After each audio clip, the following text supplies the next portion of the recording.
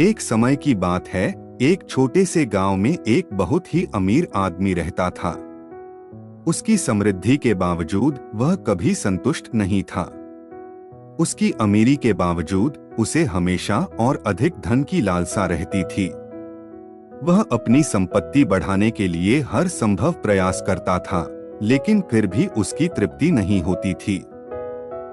एक दिन उसे गांव के बुजुर्गों से एक अद्भुत जादुई मछली के बारे में सुनने को मिला जो किसी भी इच्छा को पूरा कर सकती थी।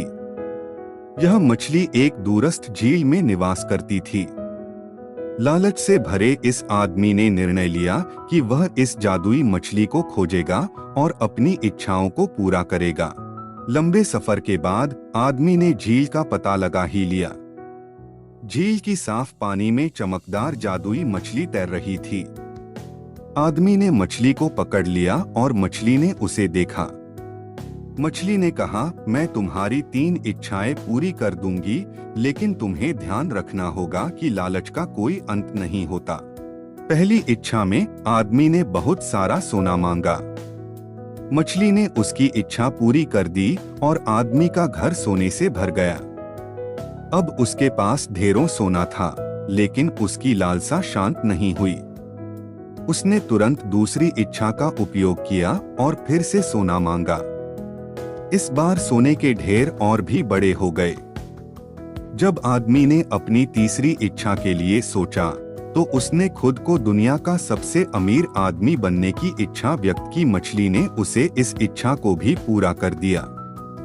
लेकिन जैसे ही इच्छा पूरी हुई, आदमी खुद को एक विशाल और खाली दुनिया में पाया, जहां कोई अन्य जीवित प्राणी नहीं था।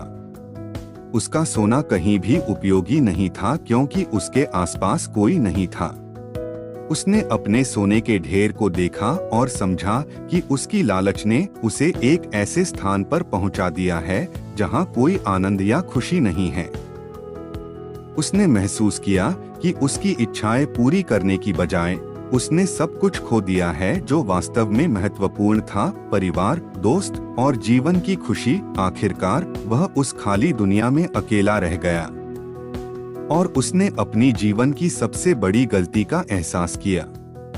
उसकी लालच ने उसे सब कुछ छीन लिया और उसे अकेलेपन की गहराइयों में धकेल दिया।